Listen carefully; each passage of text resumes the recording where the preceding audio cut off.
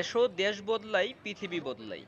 এই প্রতিপাদ্যকে সামনে রেখে দিনাজপুরের বীরগঞ্জ উপজেলা প্রশাসনের আয়োজনে তারুণ্যের উৎসব ২০২৫ উদযাপন উপলক্ষে বর্ণাঢ্য র্যালি ও আলোচনা সভা অনুষ্ঠিত হয়েছে। ১৮ ফেব্রুয়ারি মঙ্গলবার সকাল ১১টায় বীরগঞ্জ উপজেলা নির্বাহী অফিসার মোহাম্মদ ফজলে এলাহীর নেতৃত্বে অনুষ্ঠিত তারুণ্যের উৎসব ২০২৫ বর্ণাঢ্য র্যালিতে উপজেলা পরিষদের বিভিন্ন দপ্তর, পৌরসভা, ভূমি অফিসের কর্মকর্তাবৃন্দ এবং বৈষম্যবিরোধী ছাত্র আন্দোলনে অংশ নেওয়া বিভিন্ন শিক্ষা প্রতিষ্ঠানের শিক্ষার্থীসহ নানান শ্রেণীর পেশার মানুষ অংশ নেন।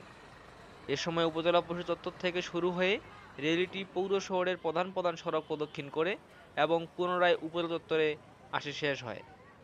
র্যালি শেষে উপজেলা নির্বাহী অফিসার মোহাম্মদ ফজলে এলাহী বলেন, আমরা যদি নিজেদের বদলাতে পারি তাহলে দেশ বদলে যাবে, একটি নতুন পৃথিবী গড়ে উঠবে। আমরা একসাথে সবাই মিলে নতুন পৃথিবী গড়ে তুলব।